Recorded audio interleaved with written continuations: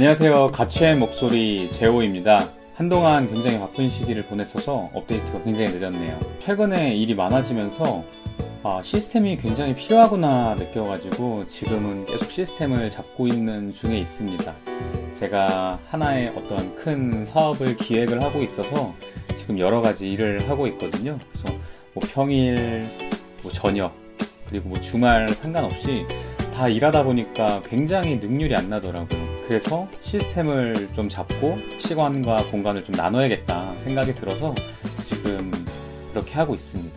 그래서 매주 화요일을 쉬는 날로 잡아서 책을 읽거나 아니면 성경을 읽거나, 그리고 이제 보험과 세금 관련된 어떤 유튜브도 촬영을 하려고 하고 있거든요.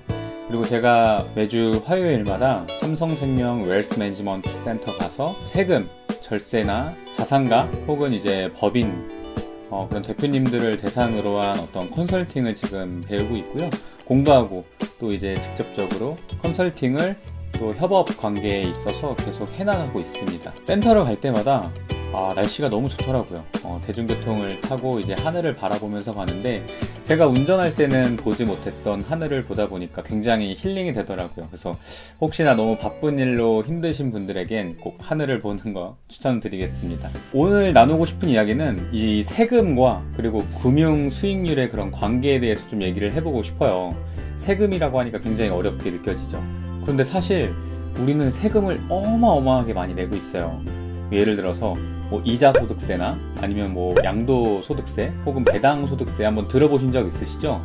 이러한 세금만 잘 알고 좀 비과세로 피할 수 있으면은 수익률을 좀 극대화할 수가 있는 방법들이 있어요. 최근에 신문 기사를 보니까 대주주에게 양도소득세를 높인다라는 어떠한 신문 타이틀을 많이 보게 되는데요. 세금은 우리 삶과 굉장히 밀접해 있어요. 지금 한국은행 기준금리가 0.5포인트고요. 이자 소득세만 15.4%, 타 금융 선진국들을 보게 됐을 때 40%에서 60% 굉장히 높은 이자 소득세를 내고 있거든요. 세금을 왜 이렇게 많이 걷어가는지 좀 막막하긴 한데 우리가 지혜롭게 좀 세금에 대해서 조금 알아보자고요. 그래서 이제 세금을 좀 잘 알고 금융상품을 가입하게 됐을 때 수익률을 조금 더 높일 수가 있다라는 말씀을 드릴 수 있고요. 제가 재밌는 예시 하나 만들어 드릴게요. 주원이라는 친구가 이제 원금 5천만 원을 가지고 세전 이자율이 2%로 맡겼을 때 이제 1년에 그 이자가 이제 100만 원 정도가 됩니다. 그런데 이제 그 세금 구간에 따라서 내가 어떻게 받는지를 이 표를 통해서 볼 건데요. 지금 표를 한번 보시면은 일단 과세 됐을 때와 또 세금 우대를 받았을 때와 비과세일 때를 좀 나눠봤어요.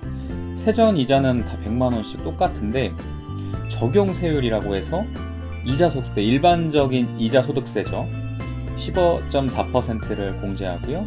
그렇게 됐을 때 세금을 15만 4천 원이나 내는 거예요.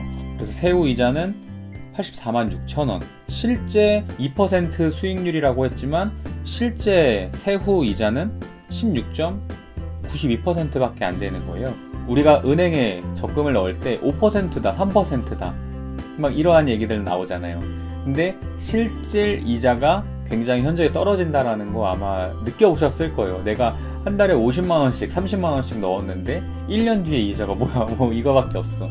이런 게 다 이자 소득세랑도 굉장히 밀접한 관계가 있는 거거든요. 근데 옆에 세금 우대 받았을 때 9.5%라고 했을 때 이때 세금은 9만 5천 원만 내면 되는 거예요. 그래서 세후 이자는 90만 5천 원이죠. 그래도 아까 과세된 것보다는 훨씬 낮았죠. 근데 내가 완전히 비과세로 만들 수 있는 상품을 가입을 했다라면 세후 이자가 순수하게 2%인 거예요.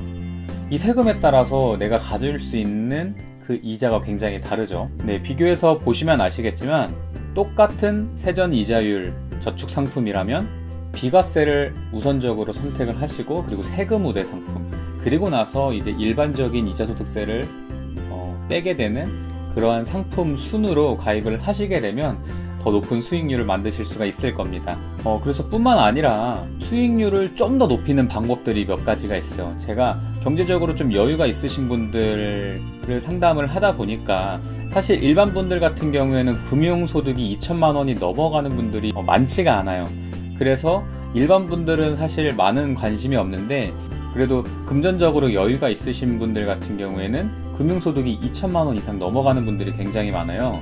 근데 그런 분들은 일반 과세가 아니라 종합과세 분류로 나눠지거든요. 사업하시는 분들은 아마 이해하시기 편하실 텐데요. 종소세 생각하시면 됩니다. 어떻게든 경비 처리해가지고 종소세 낮추려고 하잖아요.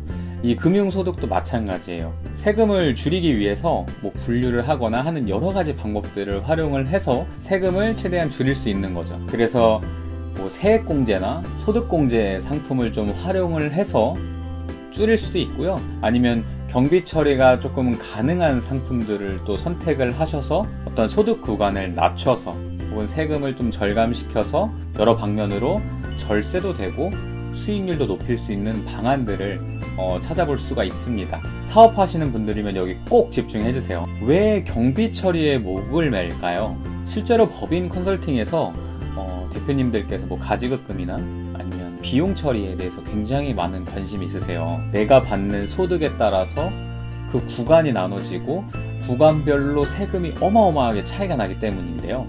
밑에 예시를 보시면은 조금 이해가 되실 거예요. 제가 일반과세와 종합과세 좀 나눠놨는데요. 일반과세 같은 경우는 아까 전에 그대로 16.92%, 그리고 이제 종합과세, 뭐 예를 들어서 이거는 제가 임의적으로 설정한 거고요. 39%로 이제 제가 설정을 했을 때 이때 수익률은 12.20%, 굉장히 현저하게 떨어지죠. 소득세 구간에 따라서, 금융소득 구간에 따라서 세금이 나눠진다라는 점 기억하시면 좋을 것 같습니다. 내년부터는 이 종소세 구간을 더 넓힌다고 하잖아요. 저도 사업을 하고 있는데 진짜 너무 걱정됩니다. 그래서 개인 사업자 분들 같은 경우에는 일부러 법인 사업체로 바꾸시는 분들이 많아요. 왜냐면 당연히 세금을 절감시키기 위해서. 그래서 이제 매출이 굉장히 높다 하시는 분들은 그런 컨설팅을 꼭 받아보시는 거를 추천을 드리겠습니다. 제가 도와드릴게요. 제 앞전의 영상들을 보시게 되면 복지몰 관련돼서도 많이 올려놨어요. 그래서 복지몰도 어떠한 절세 포인트이기 때문에요. 제가 다양한 어떤 절세 관련된 내용들을 제가 꾸준하게 또 업데이트 하도록 하겠습니다. 그래서 마지막 결론, 세금을 잘 알면 이자율을 높일 수 있다라는 점, 그거 하나만 좀 기억을 해주시고요. 세금을 알면 수익률을 높일 수 있다, 이거 기억을 하신 다음에 사업자분들 같은 경우에는 경비 처리에 대해서 궁금하신 분들이 굉장히 많으실 거예요. 그런 것도 문의 남겨주시면은 제가 정성스럽게 또 댓글로 혹은 연락으로 제가 안내 도와드리도록 하겠습니다. 그럼 오늘도 제 컨텐츠 시청해주셔서 감사드립니다.